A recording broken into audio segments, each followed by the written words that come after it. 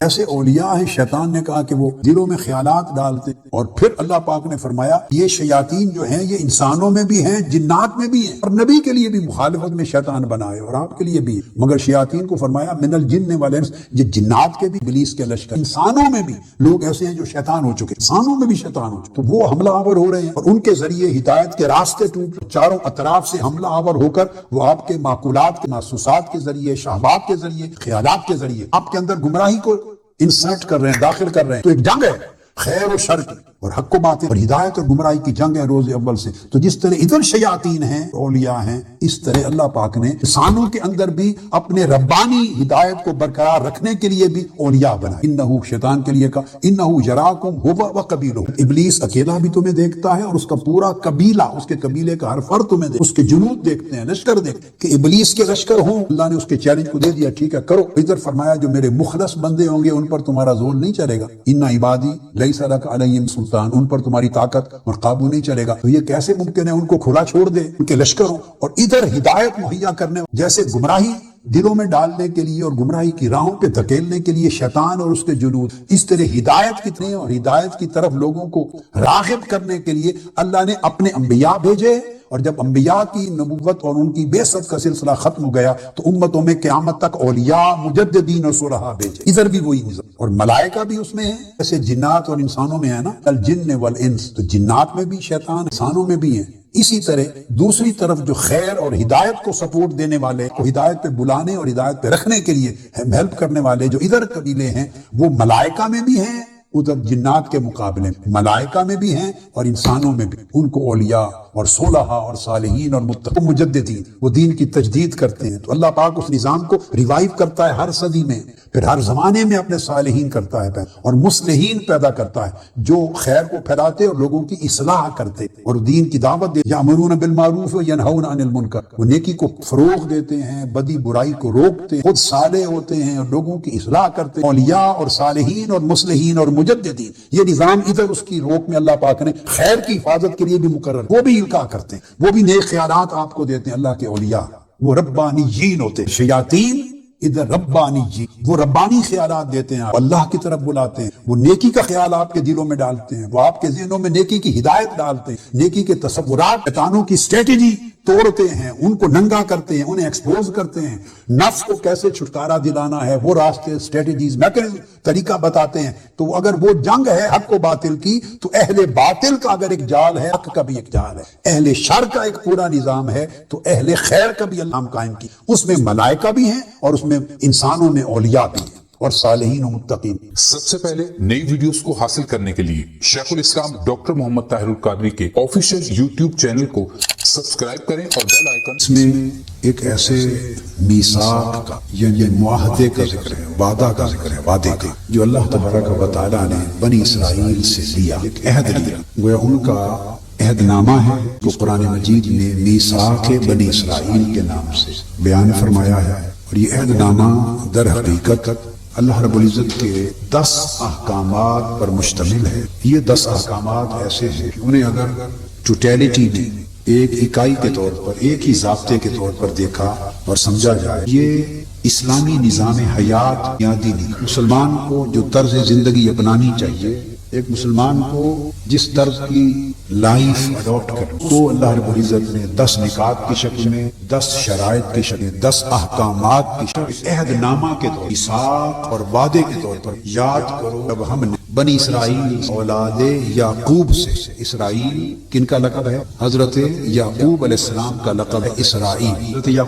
حضرت یعقوب علیہ السلام صاحبزادے ہیں کن کے؟ سیدنا اسحاق سیدنا ابراہیم علیہ السلام کی باتیں ہم اگر ہم روزمرہ زندگی میں ان کو بھی انداز کریں ذہن میں، اسلام جملہ مذاہب کی ہے یا مسیحیت ہے، اسلام تینوں مذاہب کی تاریخ جو معلوم اور معروف تاریخ، ابراہیم علیہ السلام سے مذاہب اپنی نون ہسٹری سیدنا ابراہیم علیہ السلام سے اوریجنیٹ ہو، وہ جد الانبیاء بھی ہیں، ان کی ذات اور ان کا وجود اور ان کی تعلیمات جملہ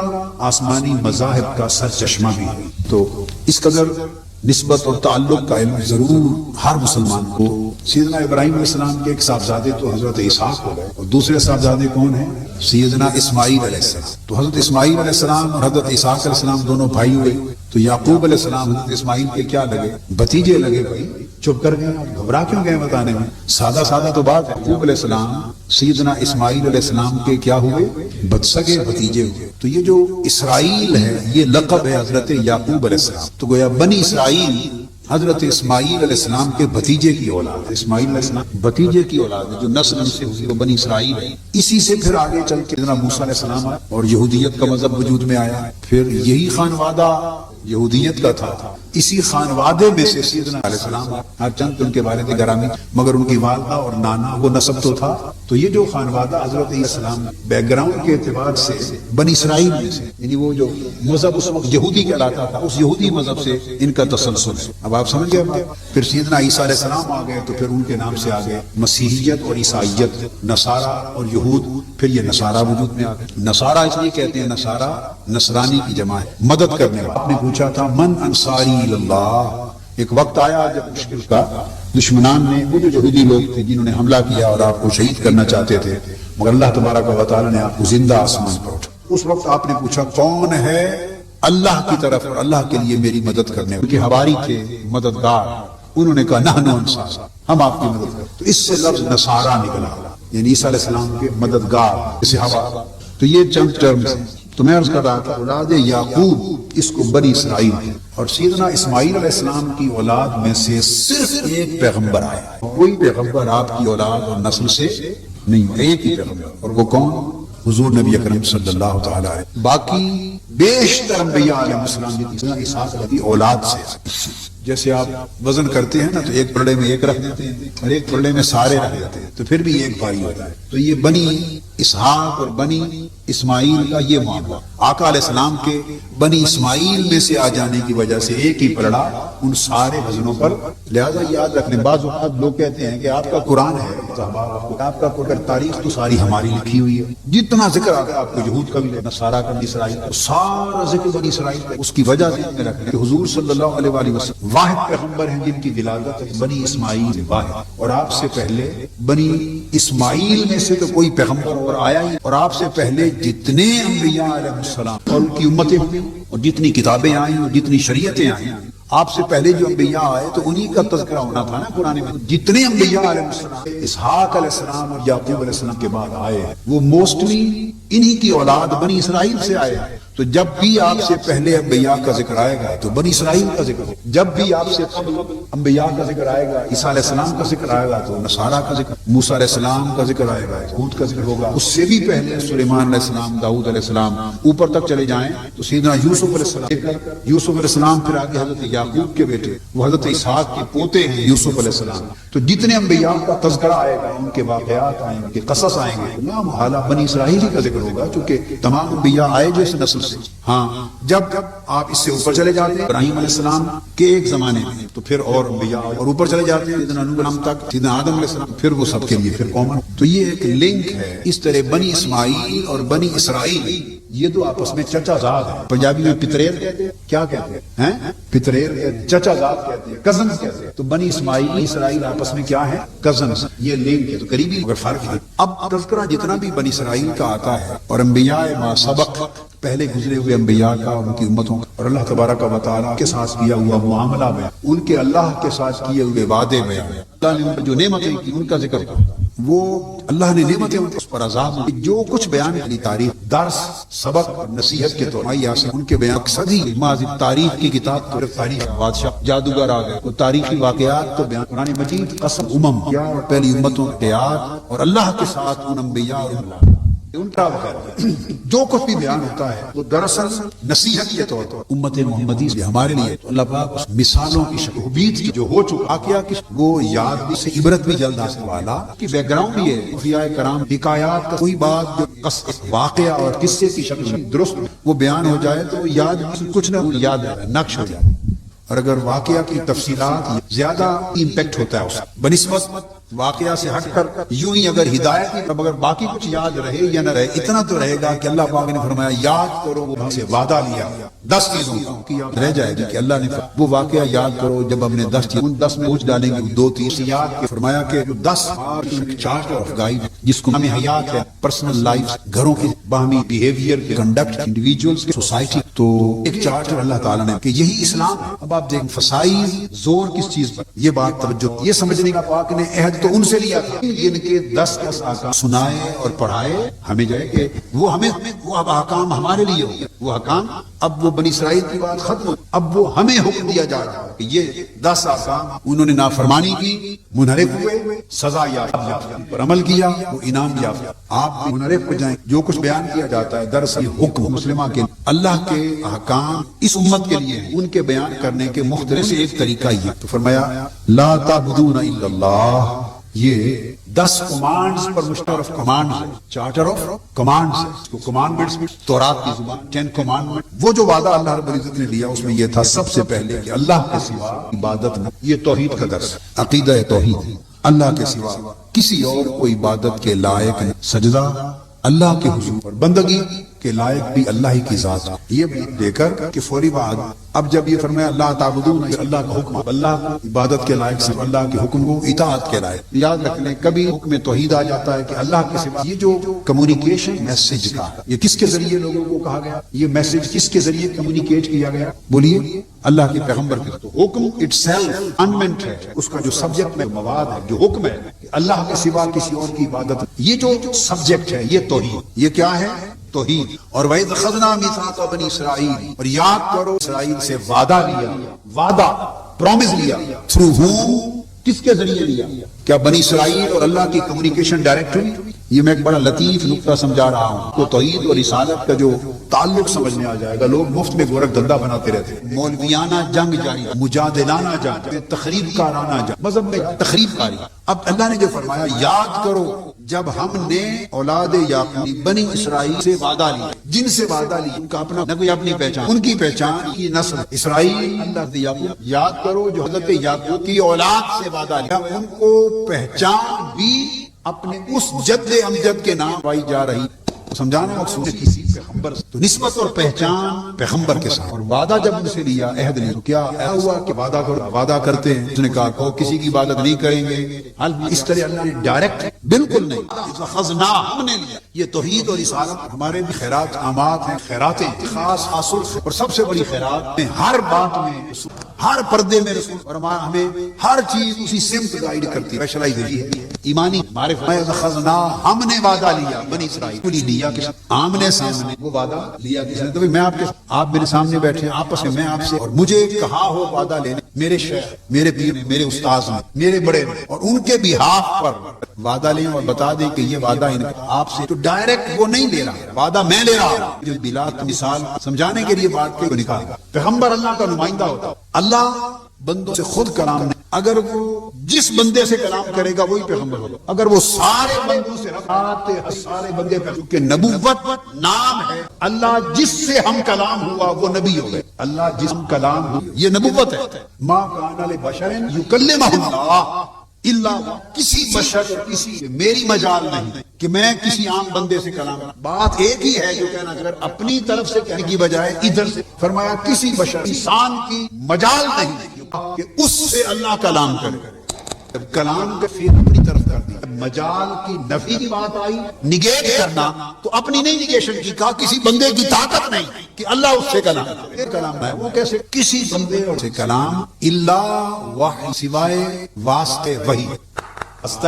اور وحی کے واسطے کو نبوت، جو بات میں نے آپ کو پوری آیت ایکسیٹ کر، اللہ کی، اللہ کسی بندے سے کلام نہیں کرتا، اللہ کے سوا دعویٰ کرے کہ اللہ مجھے ہم کلام ہے، کوئی بندہ دعویٰ کرے یہ پاگل، یہ جھوٹ، پاگل۔ کوئی ڈاکٹر آپ کو کیا ہوا، آپ کو یہاں کا، میں صرف یہ دوسرا پاگل سن رہا تھا، وہ دوڑتا ہوا بکواس کرتا ہے، کبھی وہی بھیجی نہیں، کیسے اس نے کہا دونوں کے گھر والے سے پیغمبر کے سوا کوئی جھوٹا ہے۔